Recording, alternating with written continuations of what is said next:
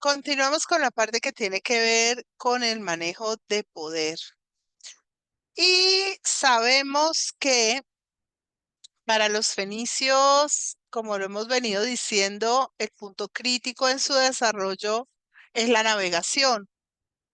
Afortunadamente, así como no tenemos tanto conocimiento sobre el devenir histórico y lo que hicieron los reyes y más, sí sabemos mucho sobre sus horizontes como navegantes.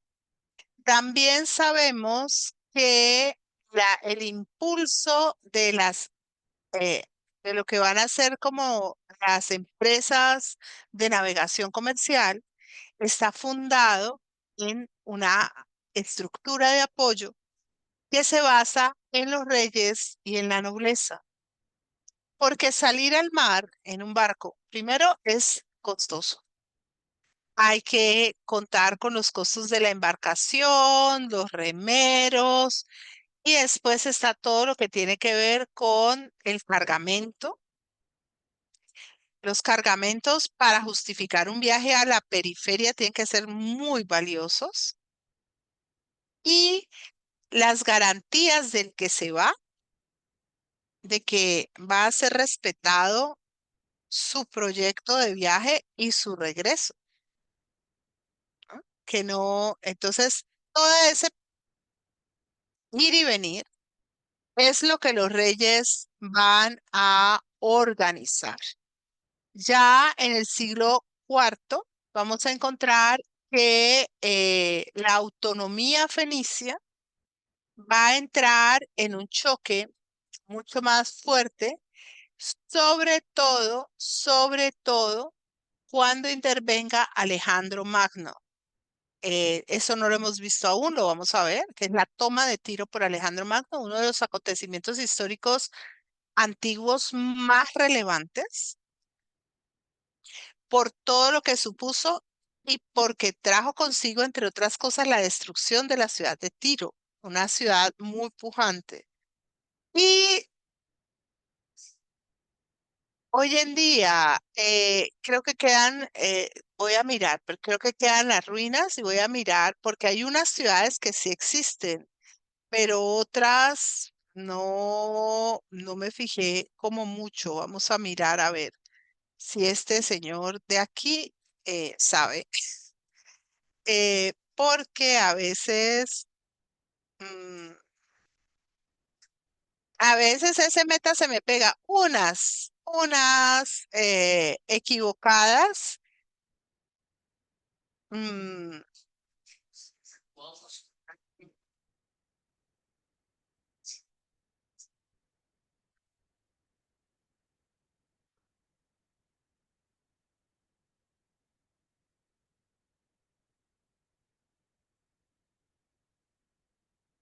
un minuto. No, sigamos porque ahora miramos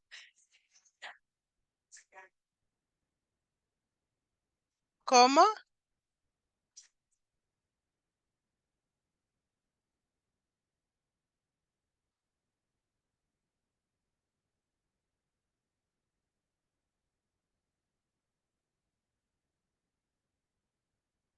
Bueno,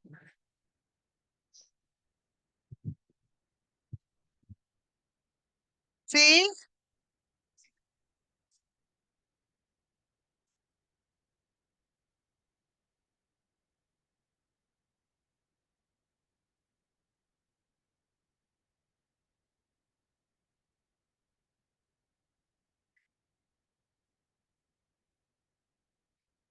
a ver, lo que yo pensaba, Tiro como ciudad ya no existe.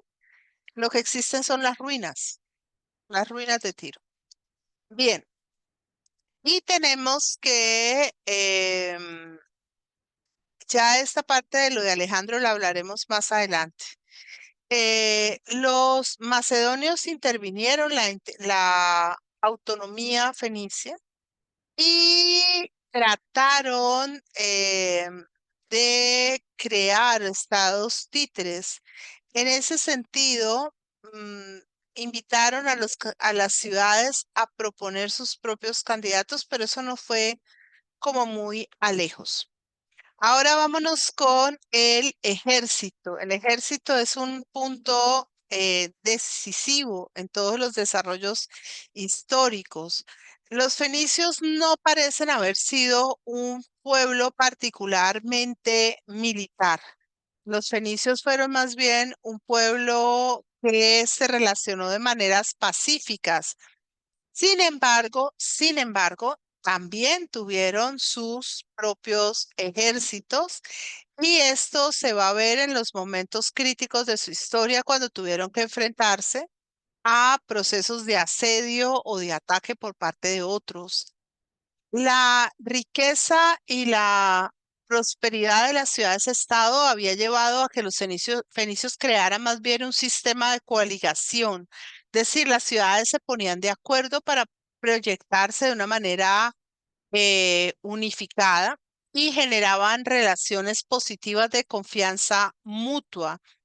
Asimismo, las ciudades habían hecho un proyecto expansivo para desarrollar sistemas agrícolas subyacentes que sean subsidiarios a ellas. Es decir, la ciudad está aquí y en el interior tiene como colonias agrícolas que se dedican a la producción de los alimentos necesarios para sostener a la población. Y sabemos que estos horizontes agrícolas fueron tan grandes y tan significativos que permitían sostener ejércitos. O sea, ellos eran pacíficos, pero de ahí a que todo el tiempo estuvieran en paz, nada que ver. Es decir, todos los pueblos en general han tenido desarrollos militares, porque si no, no sobreviven. Lo que sí sabemos es que las ciudades tenían sus propios comandantes militares, aunque no sabemos muy bien cómo funcionaba el ejército fenicio, por lo menos no en Fenicia, ¿no? Sabemos cómo funcionó en Cartago, donde sí definitivamente fue muy, pero muy importante. Voy a saltarme el comercio, lo voy a hablar cuando lleguemos a Biblos, igual que la parte de la navegación, porque quiero hablar de la religión, porque nosotros estábamos hablando de Baal y estábamos hablando de Sidón, entonces me parece que era más interesante pasar ahorita a hablar de la religión que está como más vinculada. Es decir, voy a tratar de hacer o adentrarme en en las partes de la cultura que tengan que ver más con cada una de las ciudades. Bien, los fenicios eran un pueblo profundamente religioso, con una afinidad en sus creencias a la de los otros cananeos, ¿sí? Todos los cananeos tenían básicamente las mismas características y esto quiere decir ritos religiosos comunes, dioses similares, iguales, y era muy claro que la religión cumplía una función organizacional importantísima. Toda la sociedad fenicia se organizaba de acuerdo con el proceso religioso. Era la religión la que establecía cuáles eran los impuestos que había que pagar, quién había que de gobernar, quién desempeñaba cada cargo, cómo se hacía cada cosa. Todo estaba ratificado religiosamente. Sabemos que los escritos religiosos, lo que nos pueden explicar el cuerpo de la creencia, el cuerpo del ritual, se perdió. No hay manera de tener un conocimiento profundo. Mucho de lo que sabemos de los cananeos o hay que pesar, lo sabemos por la Biblia, o sea, que es distorsionado, ¿sí? Porque ahí ya hay una visión de separación, sí. Y lo que sí está claro, tanto en la Biblia como en algunas fuentes, es que para los fenicios habían dos prácticas que pues nosotros consideramos inmorales o muy complicadas, pero que para ellos estaban muy involucradas con la religión: la prostitución ritual de las mujeres y los sacrificios humanos y animales. ¿Sí? Eh, Esas son digámoslo así, empecemos por hablar, hablemos un poquito de lo de la prostitución ritual. Yo creo que en algún momento, no sé si se los he comentado, es una expansión de unos principios de acción prehistóricos. En la prehistoria, los seres humanos todavía no están muy claros en relación a cómo se genera la transmisión de la vida. La fertilidad humana es un don de la divinidad, así como la de los animales. Y las prácticas sexuales tienden a tener un carácter originalmente desorganizado, multitudinario y orgiástico. Con el paso del tiempo, la sexualidad se organiza para dar origen no solamente a la pareja, sino también a la familia. Pero en algunos pueblos la condición orgiástica se conserva. Es decir, se siguen realizando experiencias como la bacanal o la orgía, propiamente dicha, asociada a ciertas divinidades o a ciertos momentos en el año. De todas maneras, los pueblos antiguos no tienen la visión que tenemos nosotros de la sexualidad, ni de la virginidad, ni de nada. Y se consideraba que algunos dioses o diosas, como era el caso de Astarte o Ishtar en la parte sumer-acadia, Babilonia, proveían bienestar a aquellas mujeres que ejercían la prostitución ritual. La prostitución ritual consistía en ir al templo y prostituirse con el primer hombre que se presentara. El dinero que este hombre pagaba se donaba al templo y la mujer se volvía a su casa.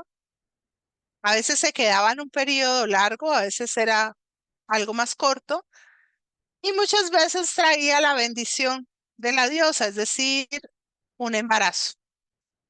En algunos casos, esta prostitución ritual se utilizó fundamentalmente cuando las mujeres no habían logrado quedar embarazadas. Bien, vámonos acá.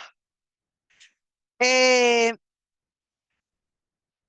eh, ¿Quién sabe? Porque es que las enfermedades, bueno, las enfermedades venéreas están asociadas a tantas prácticas, a tantas cosas. Lo que pasa es que no, eso depende del grado de contacto. Es interesante porque uno no oye hablar mucho de las venerias en Roma, y en Roma la prostitución sí era raca, raca la mandaca, es decir, era una cosa absolutamente sobrecogedora.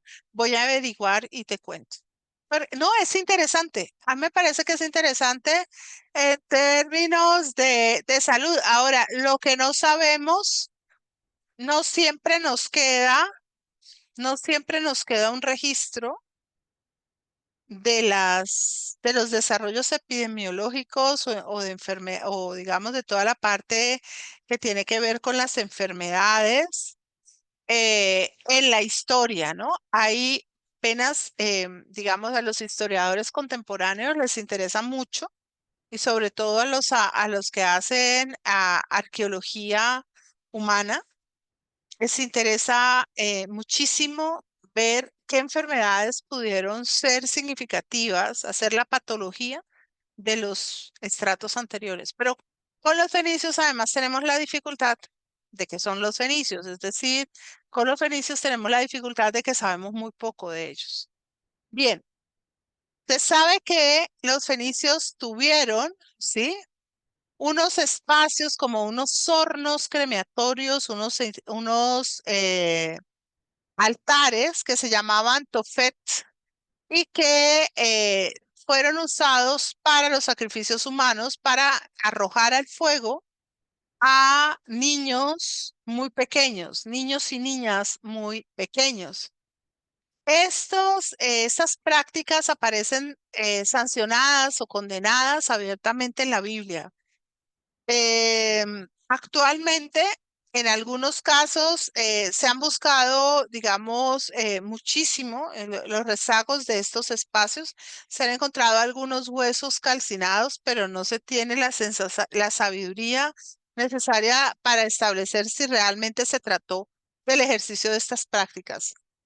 Bien, sabemos que de acuerdo con la tradición bíblica, la tribu de Aser, una de las 10 tribus de Israel, vivió entre los fenicios locales y que los reyes David y Salomón tuvieron un intercambio comercial y cultural muy agudo con los fenicios, ¿sí?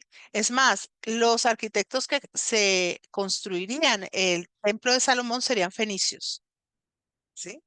Todos serían fenicios.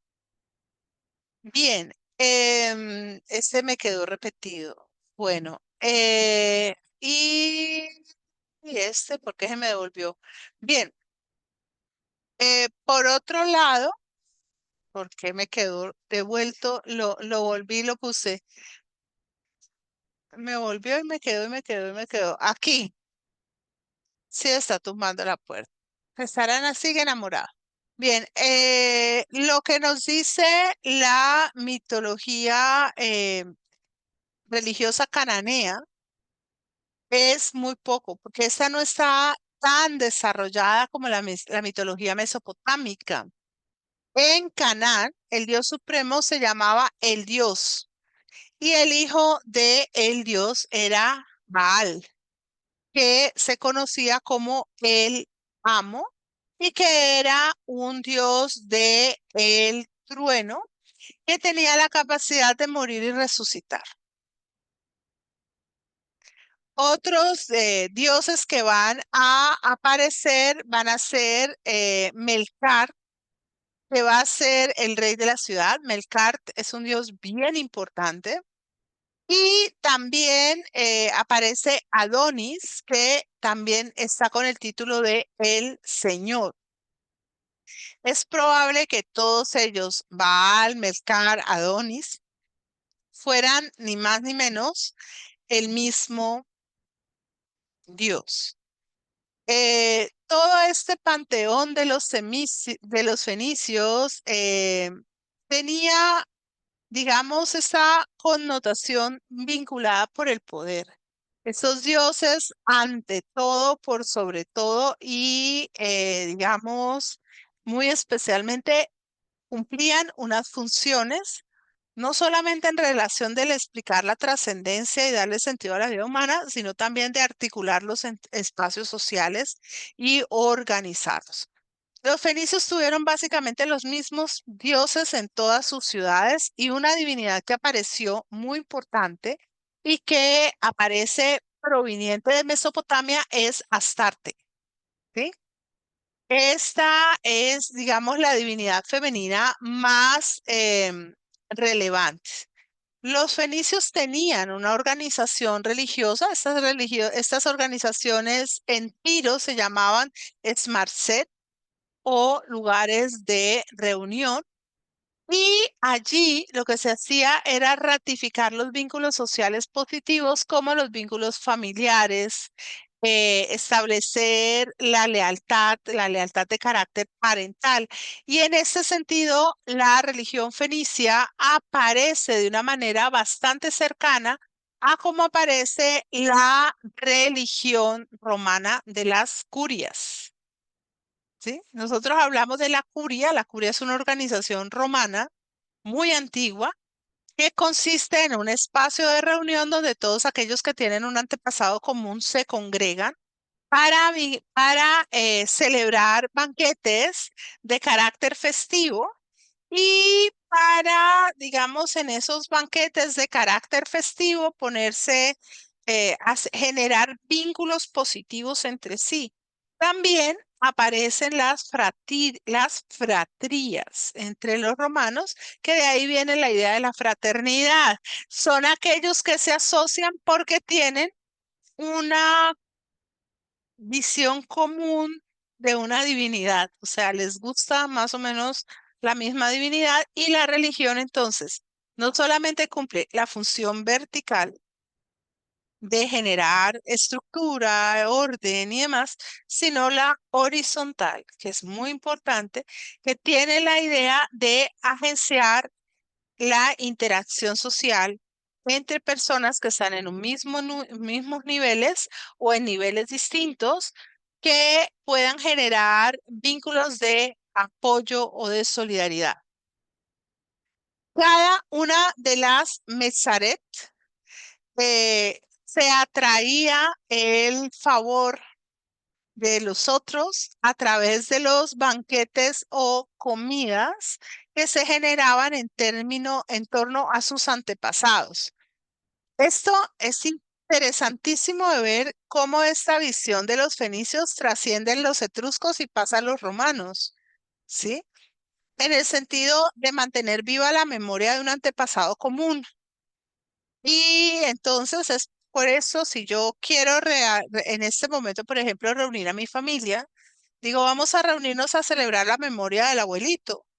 El abuelito es un elemento común de todos, entonces vamos a hacer un gran banquete por el abuelito y van a llegar todos los miembros de la familia y allegados a los miembros de la familia. Exactamente lo mismo.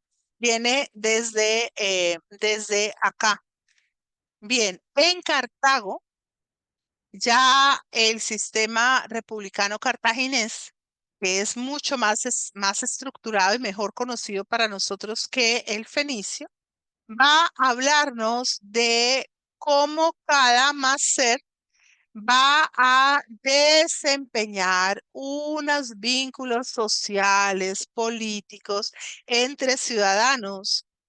Y de esta manera, digamos que el año y la vida se organiza de fiesta en fiesta, de baile en baile, es decir, de celebración en celebración.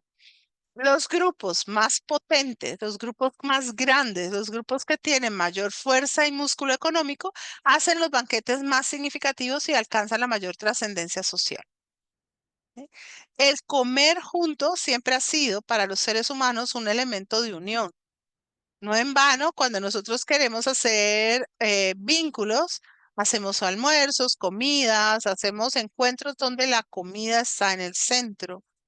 Y es un intercambio que siempre es positivo, porque la comida convoca, complace y nutre. Entonces, digamos que sustenta.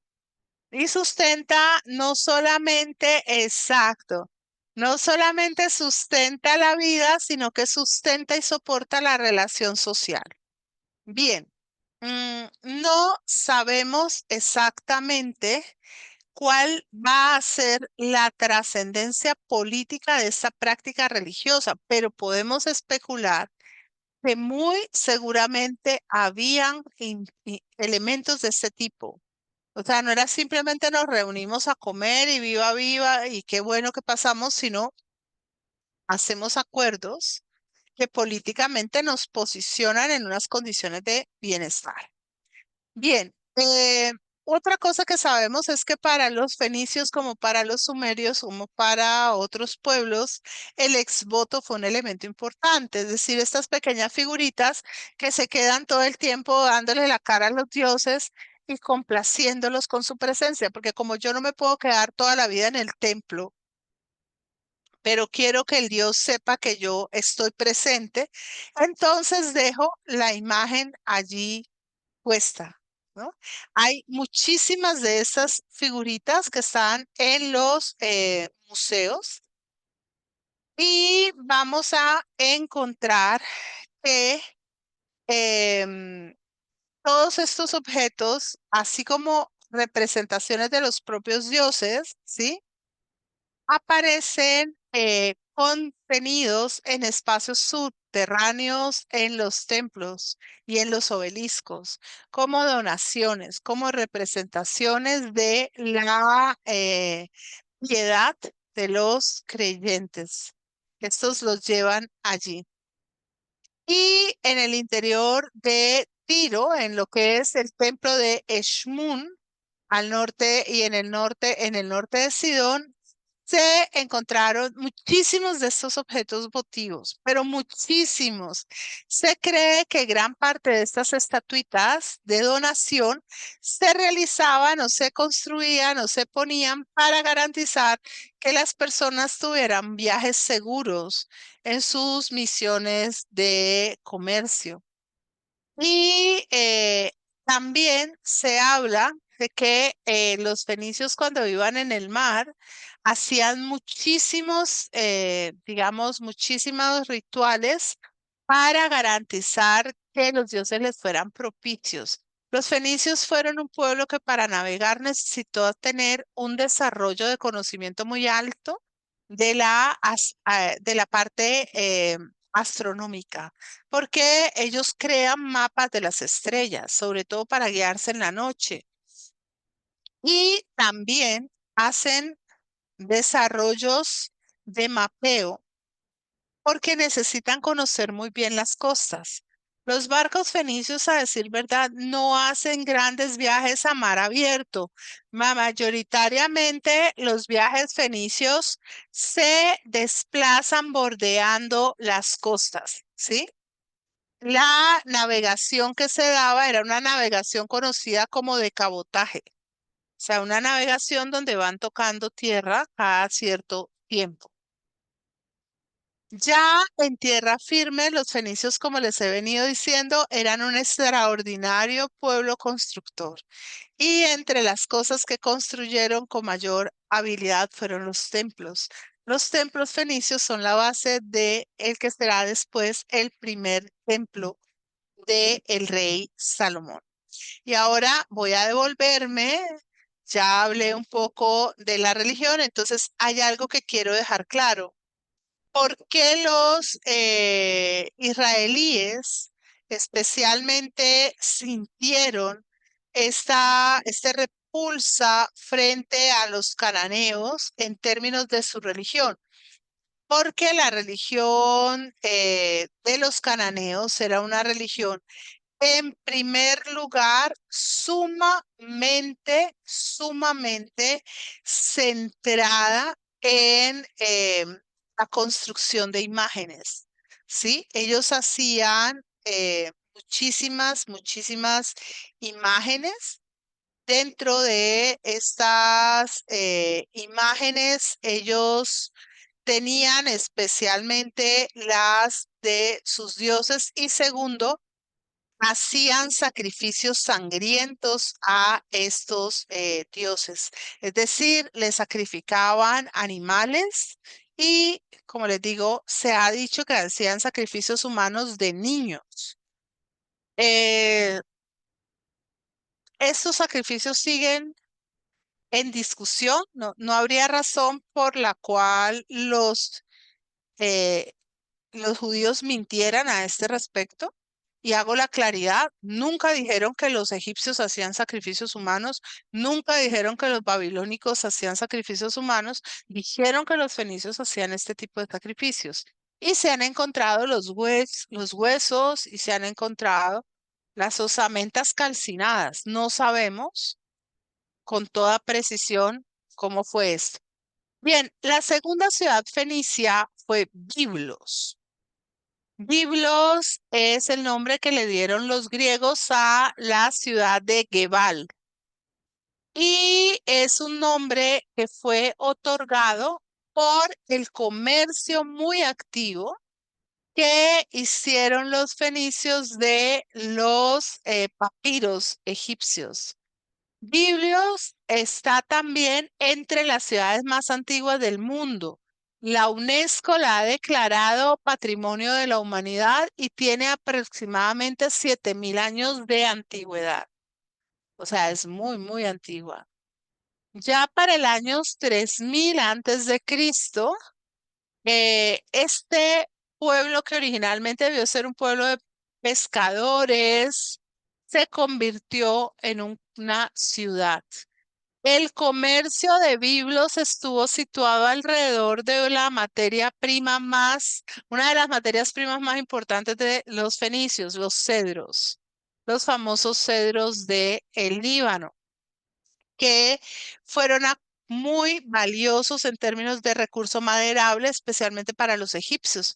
Creo que la vez pasada yo les decía, los egipcios construyeron sus casas de madera, fundamentalmente, y sus palacios de madera. Biblos se convirtió en el pueblo, en el puerto más importante en su momento de todos los puertos fenicios, y ella se daba a sí misma el trato de ciudad más antigua del mundo. Esto pues no está hoy en día muy impugnado por Ur de Caldea, pero sí está en la lista de las ciudades más antiguas, eso sí. Bien. De acuerdo con la mitología egipcia, Biblos fue el lugar donde Isis encontró los restos mortales de Osiris. Es decir, fue allí en Biblos donde se tuvo lugar el proceso por el cual la diosa de la magia tomó el cuerpo de su medio hermano, lo embalsamó, lo momificó y le dio el paso a el más allá. Por otro lado, los fenicios de Biblos también dieron lugar al desarrollo y al conocimiento de algunos de las leyendas o de los mitos que podemos conservar de los fenicios.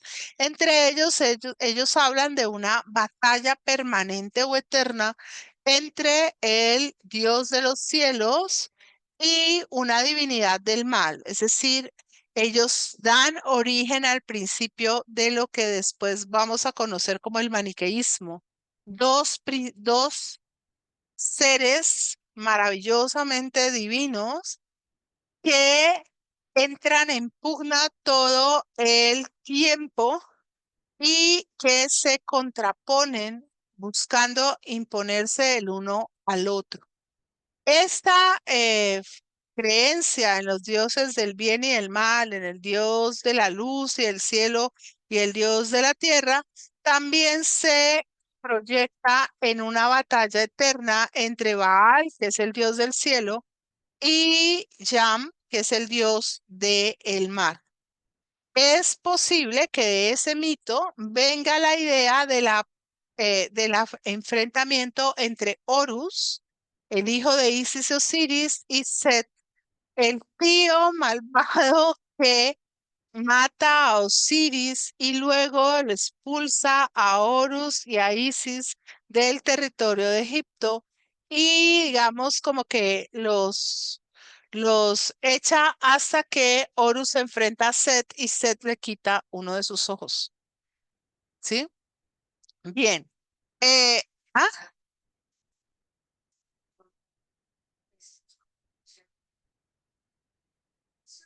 sí, sí. Tienen un origen parecido, y ese origen parecido somos nosotros mismos en nuestra capacidad de percibir la realidad y de enfrentar. Es normal que se llegue a la idea de un enfrentamiento de la luz y la oscuridad por el cambio de la noche y el día, y que se hable de una oposición entre el cielo y la tierra, ¿no? Por la separación de los espacios, sí. Ahora, todas estas comprensiones van, digamos, como a recalar en la narración bíblica y muchos de los espacios del desarrollo del pensamiento en la Biblia, y muy especialmente dentro de el Apocalipsis. La relación entre Egipto y Biblos es una relación importante a más no poder, sumamente estrecha al punto de que se ha llegado a pensar que Biblos pudo haber sido una colonia egipcia, más que por la formación, por la dependencia. Los vínculos eran sumamente estrechos, y sabemos que los egipcios privilegiaban a los comerciantes de Biblos para poder darles el privilegio de llevar los famosos papiros. Esta condición de llevar y traer los papiros fue la que llevó a que finalmente a la Biblia se le diera ese nombre, ¿sí? Por el origen de los papiros. Sí. eh, si quieren, paramos ahí y nos quedamos en el papiro, yo lo marco, marco dónde nos quedamos. Sí, yo lo marco.